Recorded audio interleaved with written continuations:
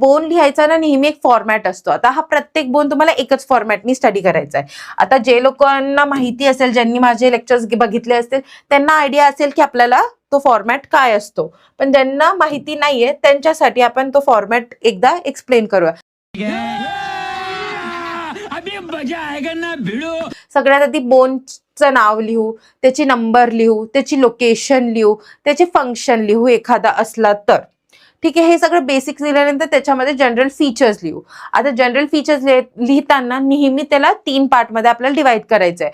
जे long bone असतात त्यांनाच सांगतेय, लॉंग बोनला 3 पार्टमध्ये डिवाइड होतात. अपर एंड, लोअर एंड आणि मिडल शाफ्ट.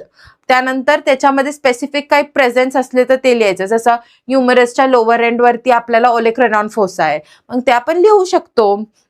पुढं रेडियल फोसा आहे, ते आपण लिहू शकतो. अप्पर एंडला काय आहे, हेड आहे, तर ते आपण लिहू शकतो. मिडल शाफ्ट मध्ये बॉर्डर्स आहे, सरफेसेस आहे, हे सगळे पॉइंट्स तिथं आपल्याला लिहिणं अपेक्षित असतात. हा प्रत्येक बोनसाठी हा सेम फॉर्मॅट फॉलो केला जातो. त्यानंतर ऑसिफिकेशन्स लिहायचे असतात. Muscle attachment again very very important.